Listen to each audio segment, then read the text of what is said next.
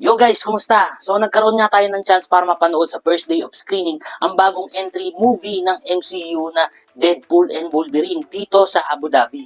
So hindi nga ito full review, no? Ito ay reaction lamang or quick thoughts para sa experience ko nung napanood ko ang movie na to. And spoiler na rin dahil hindi ko mapigil ang sarili ko na hindi magbanggit ng mga spoiler. Sobrang exciting. Pero bago ang lahat ng yan, kung gusto nyo ang video na ito, is please subscribe sa mga hindi pa nagsusubscribe. Pero kung hindi naman, okay lang. Ang mahalaga, nandito kayo. Ito nga yung third Deadpool film. Ito na rin yung entrance ni Deadpool at ni Wolverine sa MCU. Salamat doon sa nag-leak ng footage ni Deadpool sa first Deadpool film at nagkaroon tayo sa buhay natin bilang mga fan ng Deadpool movie hanggang ngayon. At ngayon, hindi ako makapaniwala is kasama na siya sa MCU.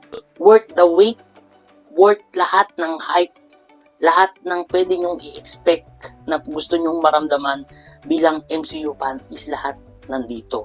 Not that great yung story, no? Pero meron naman talagang bigger stakes. Pero I'm very sure lahat ng Marvel or MCU fan, lahat ng comic book fan ay may enjoy ang movie na to. Promise. Sa akin lang ay lahat ng expectations ko is na-exceed, no? Mababa lang na expectation, ayoko ma-disappoint. Pero kung kayo nag-expect, mataas yung expectation nyo, i-exceed nito yung expectations nyo, no? Opinion ko lang, no? Sa akin, kung irarank ko ang movie ng Marvel or ng MCU is number 1 pa rin sa akin ng Endgame, number 2 yung Infinity War, and number 3 ang Deadpool and Wolverine. Then, susunod doon is yung No Way Home. I like the No Way Home. Lagi kong pinapanood yun ilang beses sa isang buwan. Pero, iba tong Deadpool and Wolverine. Mas na-exceed niya yung ganda ng No Way Home. Para sa akin, basically, ang premise ng movie na to is yung chemistry ni Ryan Reynolds and ni Hugh Jackman. Finally, nag-team up na sila sa movie na to. Ito yung hinihintay ng fans. Ito yung tinitis nila Ryan Reynolds or ng MCU noon pa. And finally, nangyari na nga ngayon. Hindi ko na ma-imagine, I'm sure kayo din na may iba pang gaganap sa character ni Wolverine or ni Ryan Reynolds. Iba yung chemistry nitong dalawa na to.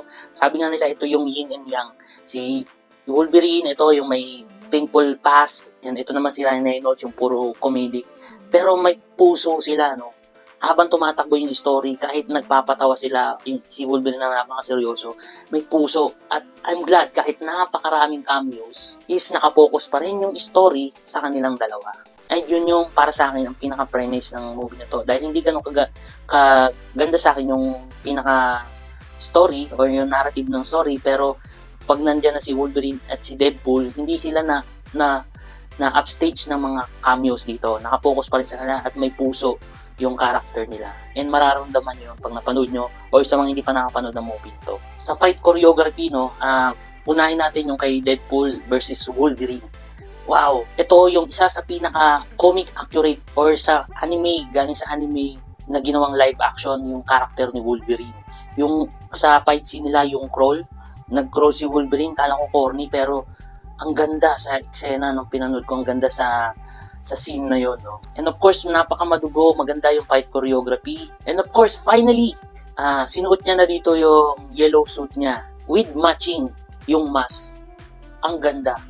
Ang lupit. Sa dami ng X-Men movies, finally sinuot na ni Wolverine yung yellow suit. Mas comic accurate siya, mas malapit din siya dun sa anime na noong 1992, which is very special to me, no? Kasi lumaki ako batang 90s at lagi kong inaabangan ang anime version ng X-Men. Wala akong comics, na ako nagbabasa ng comics dahil wala naman akong pambili comics, pero sa animation, sa TV, is sobrang special sa akin ng X-Men animation na to. And dito nga sinuot niya na yung yellow suit na napakalupit at yung tablo nila ni Deadpool and Wolverine after ng fight scene sa huli. Ang ganda. Paano napunta dito si Wolverine? Syempre, nung in-announce pa lang yung Deadpool and Wolverine, paano mabubuhay si Wolverine? Proper send-off na sa kanya yung movie na Logan. Maganda na yung ending niya doon. Pero dito, pinaliwanag kung paano siya napunta dito, paano siya nabuhay. Or hindi siya nabuhay, actually. Talagang with the respect na hindi mako-compromise yung Logan movie. Nagawa nila ng paraan para ma-introduce si Wolverine dito sa MCU. And speaking of cameos, maraming references, and ito naman talaga yung hinihintay ng karamihan sa ating fans, maliban sa story, maliban sa Deadpool and Wolverine, kung ano yung magiging, sino-sino yung magiging cameos dito. Of course, si Chris Evans sa una, kung mapapanood to, akala mo, nung nagkita sila sa Void, akala mo si Captain America, wow, bumalik si Captain America, bakit nandito sa Void si Captain America? Then, sabi nga ni Deadpool, okay, sisigaw na siya ng Avengers Assemble, but hindi Avengers Assemble, sinigaw niya, Flame On! So, sino nga ba yun? Eh, di si Human Torch, na si Chris Evans, gumanap din na Human Torch sa first 2 Fantastic Four movies na ginawa rin ng Fox. And ang lupit. Yung angas niya, yung kahambugan niya, andun pa rin. Yung character nito. Isa yun sa the best. And of course, si Elektra nagpakita, si Jennifer Garner, na lumabas din sa Daredevil. Isa sa pinalakpakan ko na medyo naiyak. Halos maiyak niya ako dahil yung paglabas ni Blade. And of course, sino ba yung gumanap ng unang Blade? Si Wesley Snipes. And isa ito sa mga first adaptation ng Marvel to movie is yung Blade bago yung X-Men. And sobrang yung nostalgia. And very fit pa rin si Wesley Snipes dito. Napakagaling, napakaganda. And astig. Sobrang astig talaga. Ito yung nakakilabot na eksena. And of course, andito si X-23. Napanood naman natin sa Logan. And nakita na rin natin siya sa trailer. And one of the best cameos dito. Actually, halos parang di sila cameos dito. Kasama sila sa takbo ng story. Si Gambit na ginaganapan ni Channing Tatum. Channing Tatum, dapat siya yung gaganap sa Fox bilang Gambit. Nagagawin na X-Men movie ng Fox. Si Channing Tatum yung gaganap bilang Gambit. And unfortunately, hindi na nga natuloy dahil nabili ng Disney yung Fox. Finally, ito na nga, inintroduce na siya dito. And nasa kanya yung isa sa mga best fight scene, no, yung mga best choreography. Gamit-gamit niya yung powers niya. Yung baraha, yung stab. Basta yun. Ang lupit. And marami pang cameos like mga old villains ng X-Men, si Pyro, and si Alliot sa Loki. And syempre sa final scene, yung Army of Deadpool, kasama na nga si Lady Deadpool, si Head Deadpool, si Good Deadpool yon. Meron pa si Dogpool. Isa yun sa mga best fight scene or fight choreography sa huli. So, sulit, napakasulit talaga. And yung mga cameos dito, ito yung hinahanap natin sa Multiverse of Madness. No? Hindi lang basta sila naging cameo doon, but they serve their purpose talaga. May purpose sa story, sa yung context. Makikita mo, ito, yung may rumors na lalabas si Jennifer Garner. Pero bakit? Ano yung context? Bakit siya nandun? Dito, makikita nyo, malalaman nyo na magsiserve talaga ng purpose yung bawat karakter nila. Bakit sila nandun?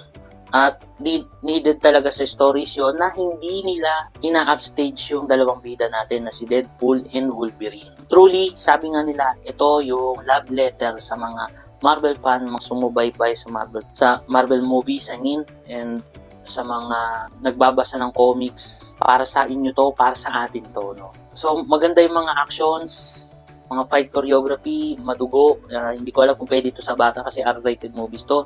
Yung mga humors on point, maganda. Lalo gusto ko yung isang fight scene doon, yung nasa loob lang sila ng sasakyan. Ang lupit nun. Si Deadpool versus Wolverine. Makikita nyo sa trailer yon, pero dito yung full scene is ang galing. And of course, yung mga ginamit na song, one point din, ang ganda ng pagka-integrate nila ng mga songs na napili nila dito sa movie na to.